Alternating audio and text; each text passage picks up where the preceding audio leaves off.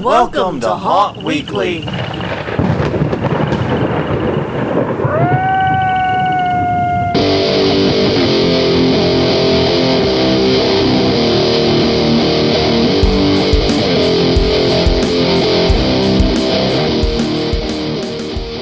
Hello everyone, I'm Jonathan. I'm Crystal. And this is Haunt Weekly, a weekly podcast for the haunted attraction, haunted entertainment industry. Whether you're an actor, owner, or just plain aficionado, we aim to be a podcast for you, and we love our aficionados here. I don't know why I call you guys plain every week. There are no plain people in this industry.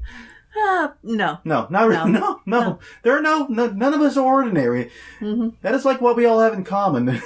We're all oddballs and screwballs. And that is why you are, in some way or another, and that is why you are all our friends.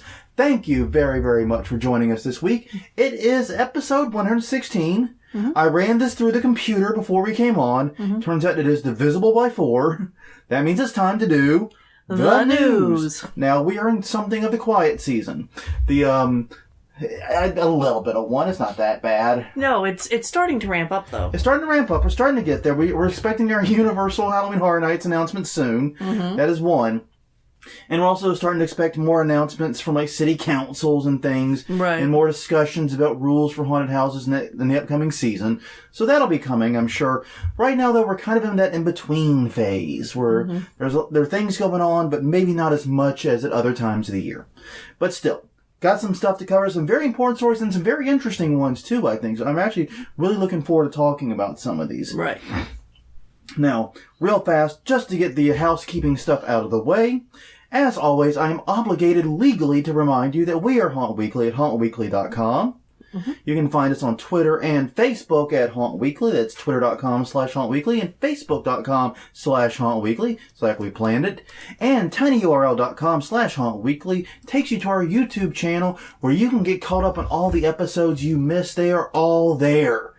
And so that way you don't have to go back through the archives on the website or so forth. And plus it's really great because you can just make a playlist of all of our stuff and listen to it. Let us put you to sleep every night and spend hours and hours and hours with us. Mm-hmm. Why don't you stay with us for hours? Yeah, well, we're already getting an hour out of them, so That's true. That is true. But yes, it is also time to do conference reminders. And I believe Crystal, it's my turn. It's your turn. Oh, lolly golly, I'm glad someone remembers this.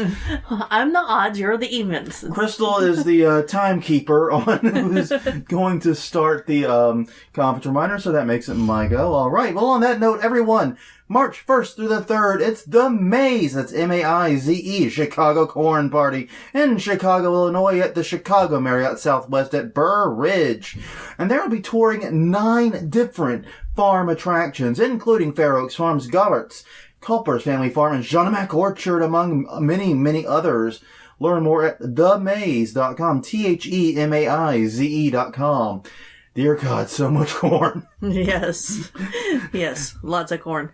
Then after that, March 22nd through the 25th, it is Transworld's Halloween and Attraction Show in St. Louis, Missouri at the America Center.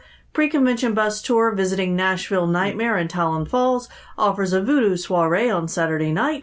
I'm sure there are other events too, and you can find out more about those at thehaashow.com, HAASHOW. All right, after that, April 13th through the 15th in Portland, Oregon, it is the West Coast Haunters Convention at the Doubletree Hotel, Portland. They will be touring Milburn's Haunted Manor, also includes a costume ball, a silent auction, and the Nightmare After West Coast Haunters Convention Film Festival. Films to be announced at screening time. Ooh! All right. You can learn more at hauntersconvention.com. I'm in a mood today, aren't I? Yeah, a little bit. May 18th through 20th. It's Halloween Show and National Haunters Convention presents Halloween Boardwalk Empire. It's going to be at the Showboat Convention Center in Atlantic City, New Jersey. It features zombie volleyball, a hearse show, a Mardi Gras themed costume ball, and much more. And you can find out what that much more is at HalloweenShow.com. Sorry, that's me helping her correct for some weirdness in the show notes. Yeah. All right, May 25th through the 27th in Columbus, Ohio. It's the Midwest Haunters Convention. Geography! Yay! That'll be featuring a masquerade party, a zombie walk, and a pre-convention bus tour with Haunts TBA. Learn more at MidwestHaunters with an S convention.com. And then, finally, for this conference reminder, it's going to be June 22nd through the 23rd, Premier Haunted Attractions Tour and Education Series, Ulster Park, New York, at the Super 8 Kingston, touring the Headless Horseman and all 7 of its attractions. So are we going to this one or not? Maybe. We're gonna try. I want to go. It's premierhaunttour.com with 2 T's to find out more. Haunt Tour. Haunt Tour. I don't know why they would put it with 1 T, but I always feel the need to emphasize that because it's kind of weird. Yeah. It feels weird saying it, you know what I mean? It does. Well, it feels weird reading it. Yeah, I think that's it. It's weird on the eyes. Yeah. It makes sense spoken. I think you're absolutely right. Yeah, and I think it's just because you don't put spaces in domain names. Yeah. Or unless you're a mad bastard that likes putting dashes and things. Yeah, I know. I'm not naming names, but we know you're out there. Yes. And if you are listening, you should be ashamed.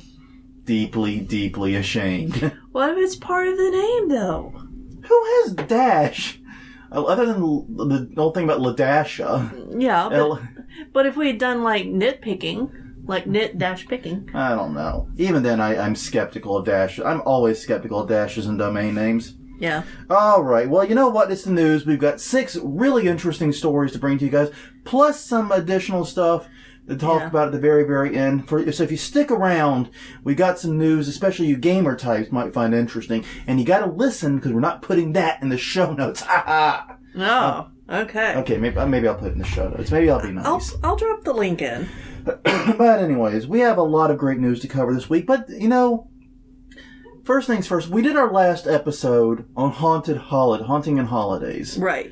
And, of course, there was a very big haunting holiday in this month. There was. It starts with a V, ends with time, something like that. It was something like that. I can't remember. But yeah, Valentine's Day, I think is what it's called. That's exactly how you say that. All right, I'm glad I got it.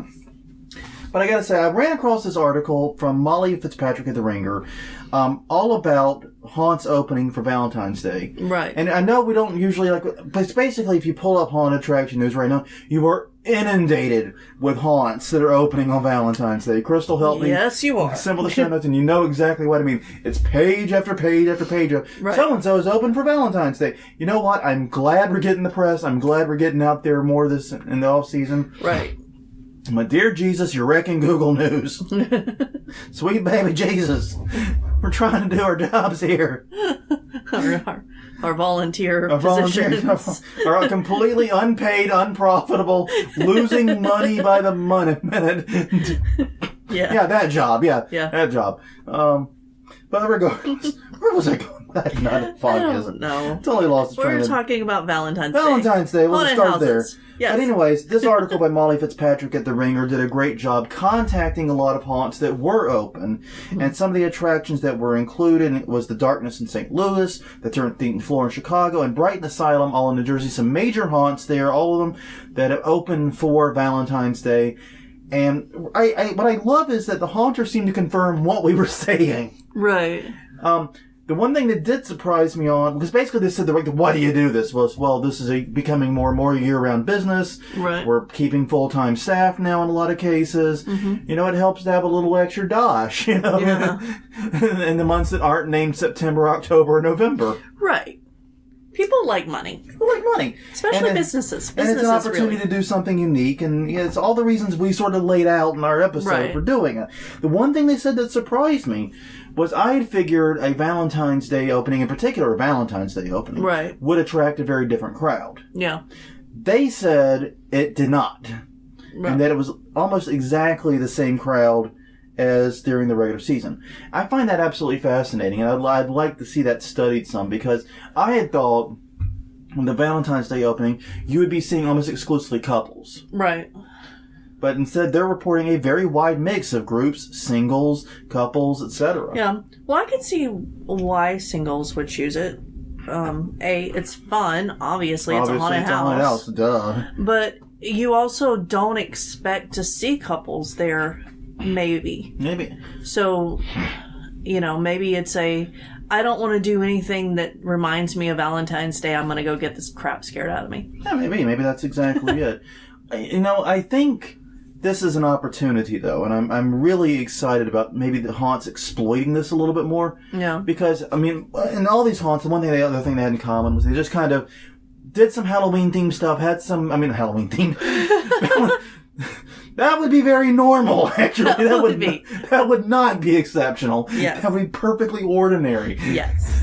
They did some Valentine's Day themed stuff. I saw some pictures from Larry Freitner or Kirchner on Facebook. Where he posted his Valentine's Day Cupid character. Right. And some stuff like that. So they had some characters and some scenes and some things. But other than that, they basically just opened their doors, either in full or in part. I think there's more to be done here. Well, and if I were doing it this close to season, that's pretty much what I would do, is I would stick hearts everywhere and throw some blood on them. Basically, it's like the equivalent of you in googly eyes. Yeah. Never trust Crystal with a pack of googly eyes. Just trust me. Hey. It's fine. If you like googly eyes, it's fine. You have to really look for them. Yeah, she likes to make googly eyes a scavenger hunt, basically. Yeah. It's a thing she does. It's weird, but it's cool. It's weird but cool. Like everything else in haunting, it's weird, but it's cool. The last office that I did that in, they didn't find the last pair for like a year. That was over a year. That was a couple of years. Maybe. But anyways, the point of the matter is, I think there's an opportunity here to offer couples packages. Yeah, and a lot of places do. Yeah. But go more than just a discount or something. Right. Actually offer a full series of events. Yeah. If you have food and drink at your haunt, which you should. Yeah. If you can. Why not? I'm not saying it has to be a full romantic dinner. Right. Just say a haunt and a drink for two. Right. A whole night out, make it an event. Exactly. You do a little more. And for singles, maybe have a singles night or a singles time or something. Right. Where the single people can come and maybe meet someone. Exactly. Just a thought. So there seems to be more here. Now that we know, at least according to this article, that the mix is more the standard, I think that actually gives us more opportunities. I think so. I think we can really make this a special haunting holiday with a little bit more of a push. Yeah. And you don't even have to have a singles time. You can have a singles badge. Oh, good idea, yeah. Singles and couples. Yeah. So exactly. If you have a little yellow sticker that says single, and you're at a haunted house, and you see another person at a haunted house with a little yellow sticker. Yeah, you can chat them up and talk to them a little bit. Hey, you already have one thing in common. You like haunted houses. Yeah. And that's a pretty special thing to have in common, actually. It is. But anyways, if you're both at a haunted house on Valentine's Day, there might be other compatibilities, what I'm saying. There might be. Just saying. All right. Well, enough about Valentine's Day. We're done with that lovey-dovey crap. Let's move on. Hey! All right. This story has gotten really confusing in more recent days. And unfortunately, as we're talking about this, it seems to be still evolving some. Right. And because the issue is this. Okay, I'll read the first headline and then we'll just kind of go through it. What are we supposed to say? And this actually, Japes sent us to this first. So I just wanted to mention him. Yes. We haven't done it in a while. Yes. So. Yes, I believe it is the Beetlejuice effect. If we say James' name 3 times, he appears on an episode. Yeah. So, yes. But this particular article is on WGN9 out of Chicago. But basically, Evil Intentions, the organization behind the Old Elgin Casket Factory, which is a nearby haunt, but not super local, right, is planning to open up a haunted attraction in the old Joilet prison in Joilet, Illinois. I think that's how you say it. Or Joilet? Joilet? Joilet. How do you say that? I just realized I've only seen that written. I've never heard it said. Yeah. While Crystal's looking that up for my inevitable correction, the most famous sighting of this particular prison is actually in the Blues Brothers movie. Right. But it closed down about 10 years ago, apparently, and the city took out a lease on it from the state prison system. Mm-hmm. And long story short, is it appears right now that Evil Intentions has won the right to go ahead and do this haunted attraction. The city council voted 5-4 to sublease the property to sublease the prison to Evil Intentions. Now, according to the agreement they struck, at least, like I said, we're getting to some of the changes and some of the other issues in a minute. Right. Rent will be $25,000 per year. So, a little bit over $2,000 a month. I mean, not bad, honestly. No. I thought that was very reasonable. Yeah. But, and here's the thing that's really good, is that there's a $100,000 credit for renovations. So basically, if Evil Intentions puts in $100,000 in upkeep and maintenance or whatever in the building and improvements, they get that off in rent. They can be there 4 years rent free, basically. Right. And I think this is a really great idea because it's already a historic landmark. You know, it's got those other protections for it. This is a really great way for the city to not have to pay for some very expensive upkeep in the building. Yeah. And, you know, it's fun. It's got character built into the building. Yeah. I mean, you know, atmosphere done. Yeah, basically. Some of it. They do expect the haunt to be open by fall 2018 there. So they're going to be busting ass, is what I heard from this. Right. They're planning on busting some serious ass here. Well, you know, like I just said, atmosphere. And in the interim, the area's local historical museum will be holding tours of the prison in the summer. So if you want to see it before it opens, there's an opportunity. So they're kind of doing it sounds like they're trying to do the Eastern State Pen thing. Right. Where it's a haunted attraction by season, and the rest of the year, or at least parts of the rest of the year, you can do a more traditional historical tour. Right. Now, Eastern State Pen's big enough that the haunted house, from what I understand, is in a separate wing, wing that you don't get to see unless you're there during season. You know, unfortunately, we have never been to Eastern State Pen during season. We've never been to Philadelphia during season. Not during season. Not during season. We were there once, though, in summer, I think it was. No, it was winter. Oh, that's right. It was dead of winter. You kept the snow away. I did. I remember this now. That's the only reason I remember what time of year it was. The magic of crystal. Maybe we have a time. We'll go into that another day. But... How crystal is magic with snow? Story. Well, apparently that's not true anymore. So there you go. But anyway, we're half and half. Well, the thing is, you didn't want that snow because you wanted to make the flight. No, I wanted the snow once I was there. Oh, okay. Anyways, but anyways, the Eastern State Pen, we were there once though in the off season after they wrapped up the haunt season. Yeah. And we did take the historical tour and had a really, really good time with it. Right. And now one of the things that I would suggest here is that, and also to Eastern State Pen, when we were at Eastern State Pen, no one on the tour during the off season mentioned the haunted house to us. Yeah. No one. So if we had known that ahead of time, we may have been able to say, please, pretty please, can you at least show us a little bit of it? But, or we would have made plans because at that point we weren't doing as full of a season. Yeah. So, we could have maybe made plans to go up, but we didn't know about it until we had left. Well, we were aware of the haunted house. Not until after we had left our tour. No, we'd asked about it during the tour. Okay. They told us that was in a separate wing. We'd asked about it. We'd known about it at that point. Okay. I remember that very well. I remember it differently. That's fine. You can be wrong. So can you. But it appears that there may be a wrinkle in this plan, though, as another local haunt, the Basement of the Dead, have expressed their own interest in the building. Right. And I gotta say, with that rent, how could they not? They'd be mad bastards not to. Exactly. And so it appears that this issue may be unresolved. In fact, the people at Evil Intentions apologized at a recent town council hearing for jumping the gun with their announcement. So there appears to be at least some elements of this that are up in the air, and at least some controversy about this. But I've got to say, if they want to open for the 2018 season, they better resolve this like yesterday. Right. Now, it does seem, all indications right now are that Evil Intentions will be taking it over, at least for the next, few years. But, there's definitely other haunts and other area, haunts specific to that area that want to take it over and deal and run it themselves. So, that, if I were the town council, I would definitely be strongly considering them. Yeah. Just because you kind of want to keep it as local as you can. If you're the town council, it's kind of the way that works.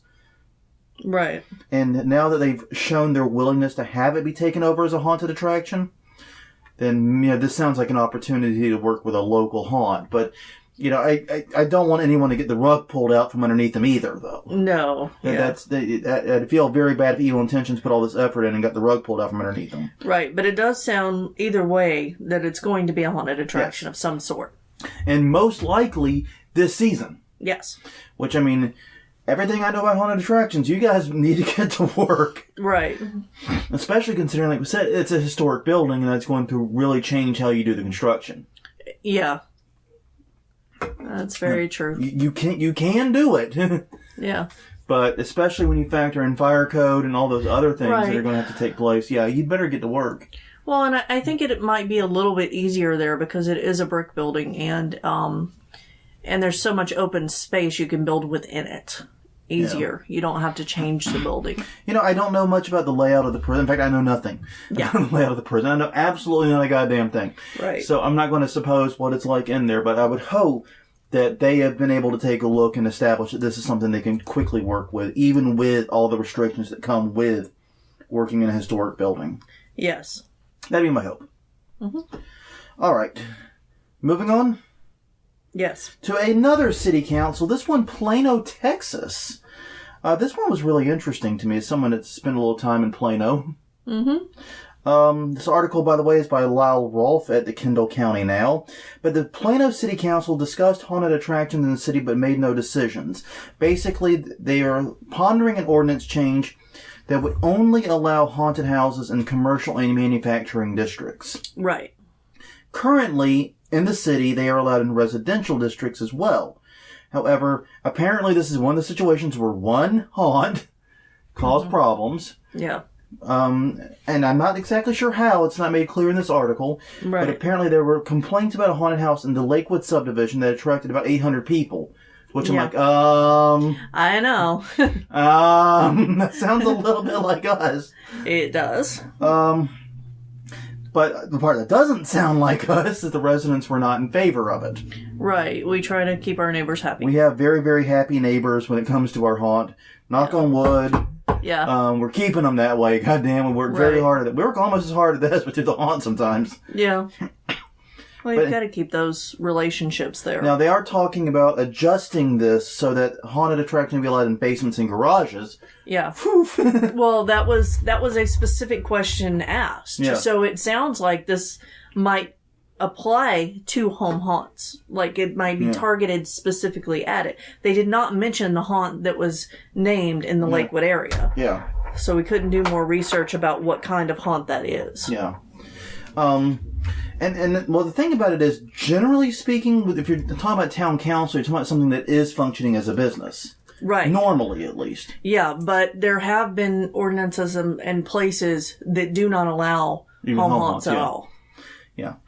So, but they may allow it in basements or garages, but not in driveways, i.e. building out haunts into the driveway. And we have seen this in other areas where haunts build way out from their established structure. Home haunts where they build out away from their established structures. Right. And either impede walkways, or they create traffic issues, or, cause other problems related to the structure they've built.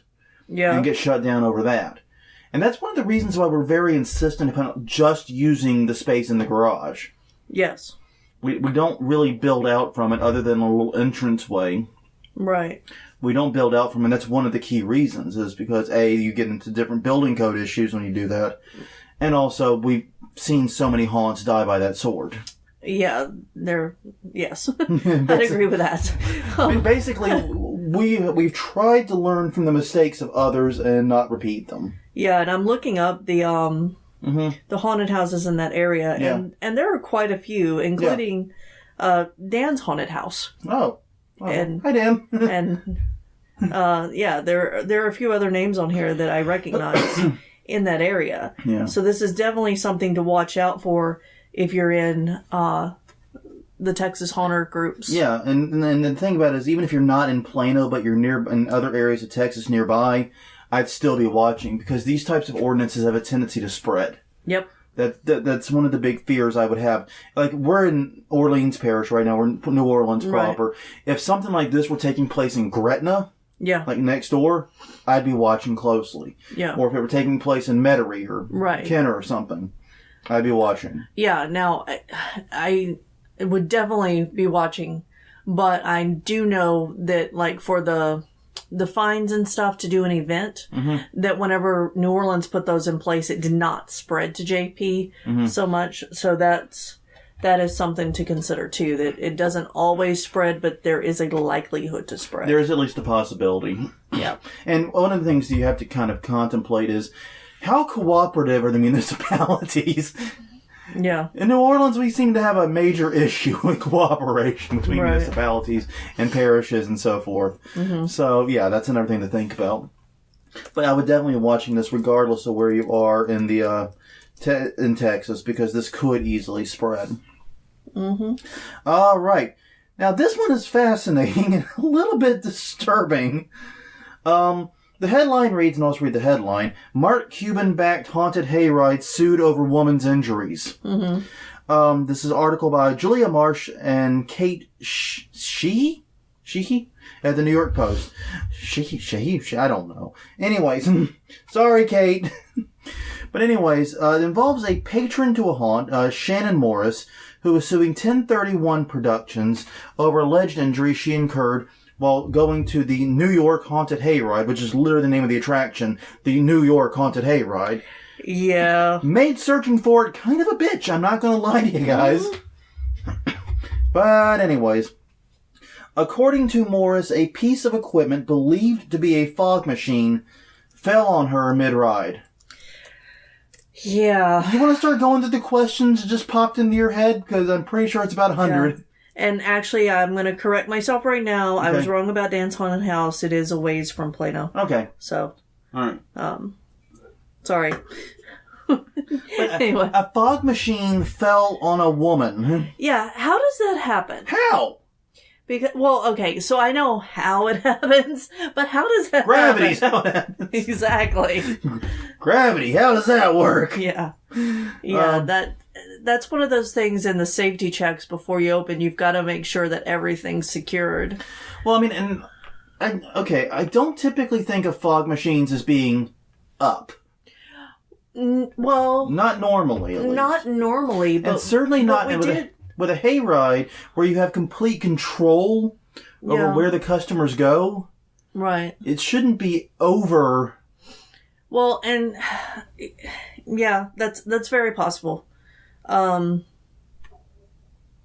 There's just a lot weird there. I know that the fog machine that we used a fog machine once inside the haunt. Yeah. Yeah, and it was in the ceiling, and it was a ground fogger specifically. A ground fogger, so that it would roll over the side. Yeah, and basically what we did with it was we had an actor with the remote who would, as people came in, push it, and that would cause this neat little... It was a very cool effect. Yeah. Like a waterfall of fog. Right.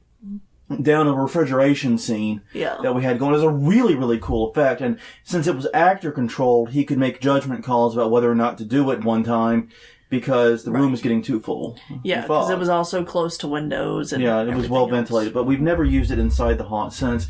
And we don't really use them in the yard display or anything else we do. No. Now, I've seen them, and I'm not like anti-foggers. Please don't kill me, Tater. Please don't kill me. Yeah. Please don't. But I'm not like anti-fogger. Like, I remember when we were at Chamber of Horrors, they were used to great effect in the graveyard sequence. Right. Until someone threw up in one of them, but that's a separate story. Well, and in some of the scenes in the ones that we visited this year in Atlanta area, they had, the ship scenes and the outdoor scenes that were actually inside. Yeah. And it added to it. Yeah. It really did. You can use them well. Yeah. But I don't typically, though, think of foggers as being up, A. Right. And B, if they're going to be up, not somewhere where they could potentially fall on a customer, especially when you can so trivially control and predict where the customers are going to be. Yeah. As in a haunted hayride. Yeah. I just have to wonder if this was like a pointed down fogger. Mm-hmm. Obviously it was up, but was it like... On a stand or something? The stand got knocked over or something?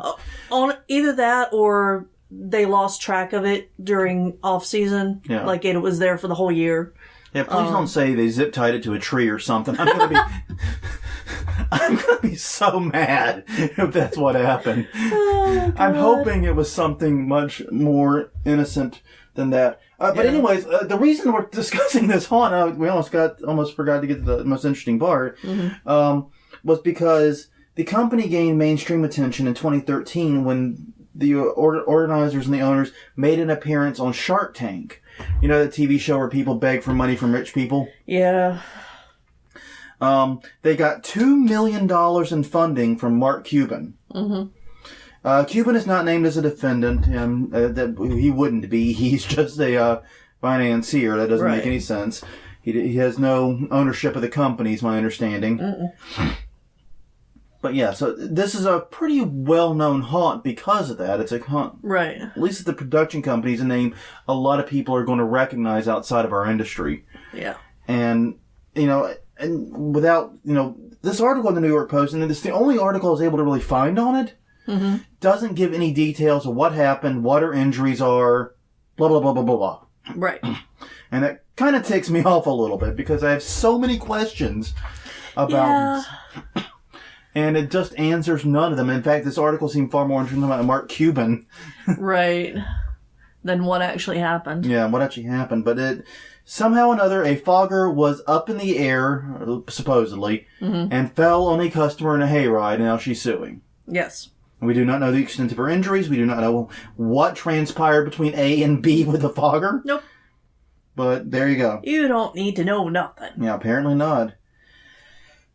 All right, well, moving on to another lawsuit. But this one not against a haunted attraction. This one is actually against a real estate agent and former owners of a home.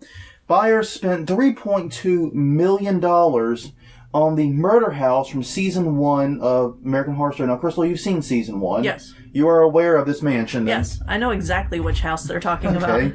I don't TV much. Right. So I have not seen it. But anyways, now the new owners are claiming that the house is haunted.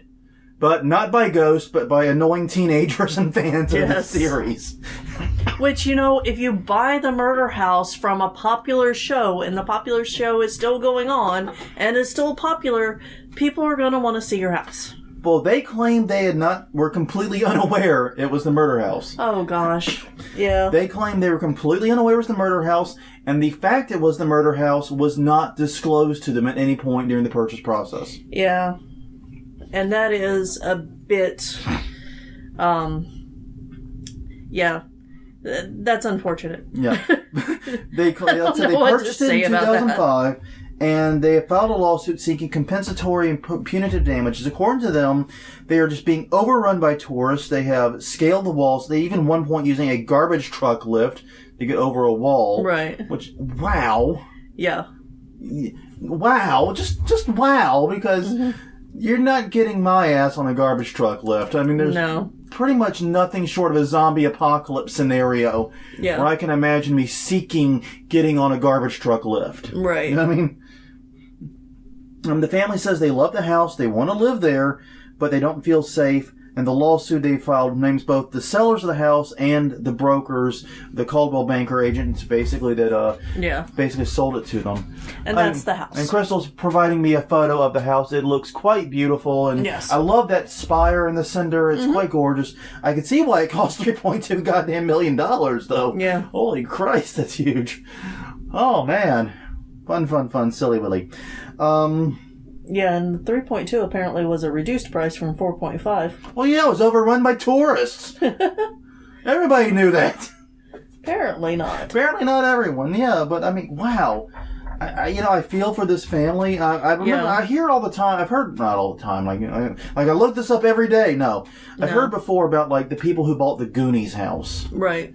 Have all these signs and so forth up saying, basically, stay off the property. This is the edge of the property. Take your photos from here. Please don't knock on our door type stuff. Right. And people disobey them. And basically what I've learned is if you purchase famous property, people are assholes. Yeah. Well, and even if you don't, we have a friend who lives here, who lives in the Point, who is talking about people coming by and taking pictures of her house just because it is a typical New Orleans house. So, since this is her first year here, she went and caught beads to decorate the fence. Because people are already taking pictures of her house. She can't stop them. Yeah. Yeah. Decorate it in New Orleans. Yeah, and I've heard other horror stories of people who live in the French Quarter. Right. drunk assholes basically knocking on our door at 2 a.m. wanting to see what the inside of a house in the French Quarter looks like. Yes, that happens. If you are interested in that kind of thing, don't do it drunk. There is an open house where they open their doors in the summer. I think it's actually Spring Fiesta. Yeah, Spring Fiesta is what it's called. Spring Fiesta is where you can actually go and see some of the inside of the not houses. just some of the not just like random houses, some of the nicest houses in the French Quarter. Yeah. I mean, we went with our friend who took us on a tour of them. Right. Holy Jesus! Yeah, they were really nice houses. Like, I'm sitting there thinking, I am not dressed for this house at all. We were not. We were not. We were not asked back. Well, neither was anyone else, to be fair. But yeah, we were tourists in our own town, which is fun. It is. But you see that type of stuff. I hear about that stuff all the time. People who buy famous. Like, apparently it also happened to the people who bought the house from Home Alone. Right. It happened at your dorm room. Oh, God, I forgot about that. I may or may not have, it's difficult to confirm this, have been in Darius Rucker's dorm room at the University of South Carolina. Darius Rucker is the dude from Hootie and the Blowfish. And it was a big deal in the late 90s, early 2000s. I was there in 98. Yeah. And they said many people at least thought I had his room. Whether or not I actually did or not, I do not know. And so they would come and knock on our door wanting to see what it looked like. And it's a fucking dorm room. They all look the goddamn same, people. Jesus, tap dancing Christ, people. It's a fucking dorm. Why do you expect this one to be like glinting or something? Sorry. I may have triggered Jonathan. God damn it. It's a fucking dorm. It's the corner room in a dorm. What did you expect? To open it up, it's a portal to another dimension? Yeah. Portal to greatness. Yeah, by the way, I still have no musical talent. I slept in that room every... But you've made, your job, I would say, is creative. I don't think I was helped by the dorm room. Probably not. If anything, I was hindered because I got less sleep. Yes. I'm moving on. Let's just... Okay. God damn it. We gotta get something done here. Yeah. Now, you sent me this one. I thought this was a really interesting article. It's about a place I'd never heard of before called Meow Wolf. And the headline reads, Visiting Meow Wolf in New Mexico after their Denver announcement. Right. And it's by Josh Foten at the Wyoming Tribune. But long story short is there's a place called the Meow Wolf, which you listen to me meow. Yes, exactly. I'm going to try to avoid meowing. I'm tired of doing the super It's too late. It's too late. Too late, meow. He's already gone. We're committed to this, meow. But it's in Santa Fe, New Mexico, and basically it offers what is described as an interactive art project experience. Right. Which I think many in our industry would describe as a haunted attraction-like experience minus the scares. Right. Well, actually, they do have a haunted house portion in it. Okay, fair enough. So... there's that. That's part of the reason I included it. But the idea is that they have this mammoth space. Yeah. And by all accounts, absolutely ginormous. Mm-hmm. And you do this free roam through the building. Yeah, and I could see, we were talking a few episodes ago about the game. The reverse escape room at the museum? No. The fear game where stuff moved around. Oh, yeah, that one. I already forgot the name of the game. Oh, Jesus. Yeah, I did too. Well, I had it earlier today, and now it's just gone because it's late. And well, we forgot about it because we moved on to Aphantasia from it. We did. We moved very, very hard from it. While you're looking up the name of the game. Yeah, but I could see that this working Layers like of Fear. Layers of Fear. Thank you. Woo! Yeah, and it kind of... Yes, exactly. Nobody noticed anything. Nobody noticed anything. You saw nothing. We did not forget a thing. Nope. We are perfect. Yeah. Don't you forget it. Yeah, no. Far from it. Yeah, far from it. But anyways. Yeah, but no, I could see a haunted house doing something like this, like that. And this also reminds me of what it seems like Vault of Souls might do. Yeah. But on a very bigger scale. Yeah, basically you roam through this place, and it centers around a family who is troubled in the sense they keep puncturing holes in space-time, basically. Yeah. It's a little Whovian, and it's sci-fi, I guess you would say. Yeah, sci-fi. But the long story short is you go through it, you read notes, you pick up books, you do things, you interact with it to get more of the story. Right. Learn more about what's happening, learn more about the characters. Right, which is why it reminded me of Layers of Fear in that sense. Yeah. And there are very, very different sequences throughout it. There's one that's like a spaceport sequence. Right. There's the haunted house sequence. There's a jungle sequence, Yeah. which looked pretty, that's where the photo was. Yeah. Looked pretty badass. But I mean, you can do anything from like explore it very intently and read every little thing to just simply pull up a chair and sit and, I don't know, play on your phone or whatever. Yeah. But basically, you pay $50 for the day. Right. And you spend that time in there as you see fit. Yes. It's $50 for a day or $10,000 for a lifetime. But that's for all their locations, and that's why they're in the news, is they made an announcement saying they're opening up a similar location in Denver, in downtown Denver. Right, which makes a lot of sense. Yeah, so this should be really, really interesting.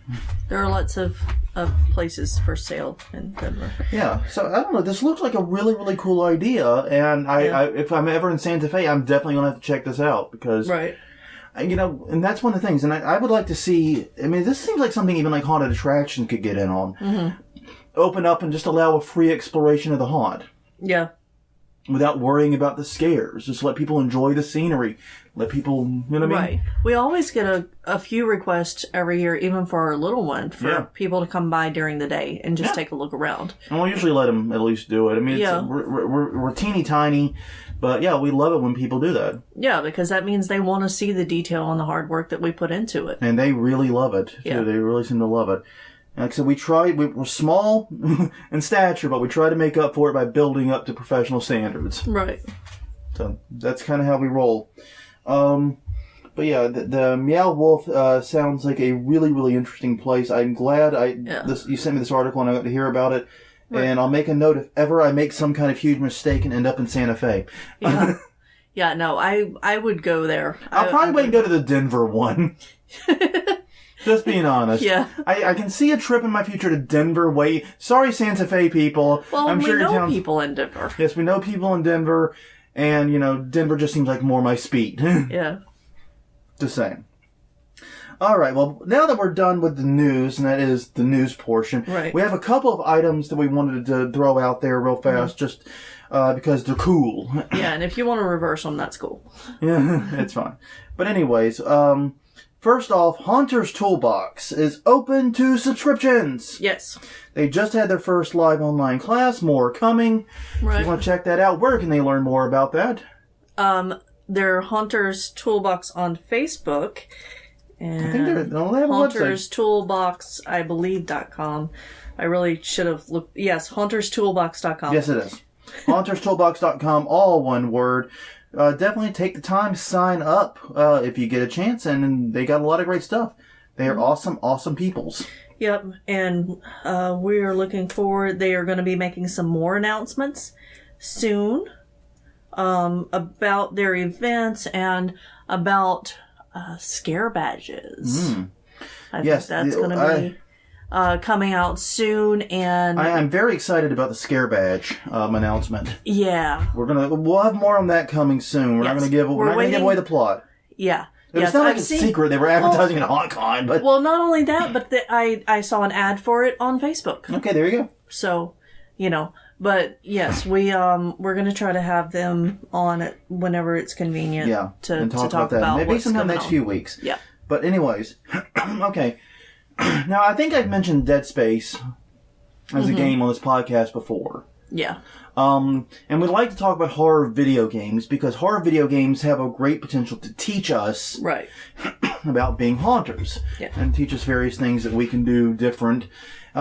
Dead Space, and this is kind of a weird coincidence because I just actually completed Dead Space and Dead Space 2 on the PC. I finally went back and finished them both, and great experiences for both, except for the ending to Dead Space 2. Fuck you for that ending. I'm still miffed about that. But Dead Space 1, all around classic. Definitely recommend it. So why are we talking about it now? Oh, sorry. Because it's awesome. Because it's free. Right now it is free. The original. The original one. Dead Space 1 is free, and Origin.com We'll provide a link. We will provide the link in the show notes because it's a bit of a lengthy link. Yeah. But basically, it is available for free download if you sign up or have an Origin account. I know gamers are rolling their eyes at Origin. I hear you. Yep. I hear, but come on. It's a free game. Yeah, I actually, when they changed their terms of service, I was playing the second American Madness McGee's. Returns, right? Exactly. Alice Madness Returns? Yes. American McGee's Alice. Yeah. Madness Returns. He threw me off. Sorry. It's okay.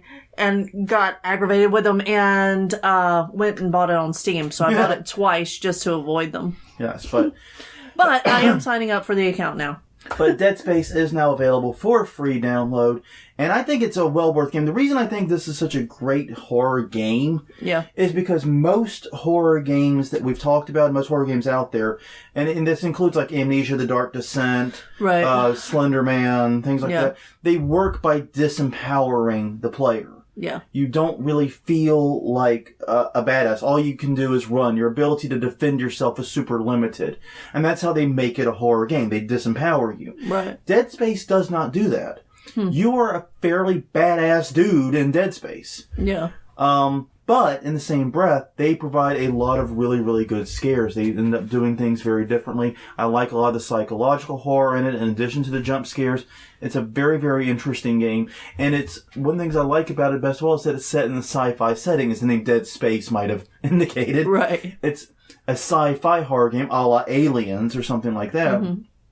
And that adds another layer to it, the isolation of it. Is it a flawless game? No. But it's definitely a game with a lot of elements to it I think Haunts can pull from. And right now it's free, so even if you're not much of a gamer, you just want to give it a try, now's an excellent chance. Yeah. Honestly, I don't see why you wouldn't. If you're a gamer at all now, I'll give you a piece of advice. This is the PC version. Yeah. PC version has some problems. When you get it, turn VSync off. Just trust me on this. I know if you like the graphic nerds, you're going, whoa, you don't turn VSync off. Turn VSync off or it lags. You can turn it back on in your graphics card control panel. Right. But the in-game VSync will cause it to lag horribly. Yeah. Even on higher ends. It's like a 12-year-old game, 13-year-old game, something like that. Even on new computers, it will lag horribly with the in-game VSync on. I actually played it once a little bit and quit because I got mad about the lag and how crappily it ran. Right. And then I wanted to try it again, and then someone told me about the VSync trick, and I'm like, oh, now it's actually a good game. Yeah. Wow, what a difference, you know? Now I can play this. Now I can enjoy this. Holy crap, thank you. So now, yeah, so that I'm going to give you that tip if you do decide to download it.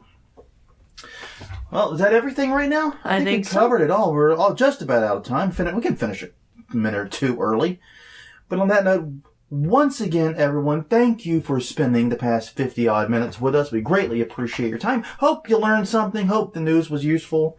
Once again, find us at hauntweekly.com. Our podcast is available on iTunes, Stitcher, Google Play, wherever finer podcasts are distributed. They don't know we're in there. Don't tell them. Yeah. Also, find us at Haunt Weekly on Facebook and Twitter. tinyurl.com/Haunt Weekly goes to our YouTube channel, where you can go through our entire back catalog of episodes with the greatest of ease. Until next time, I'm Jonathan. I'm Crystal. And this was Haunt Weekly, episode 116, doing the news for January and February 2018. We will see you guys next time.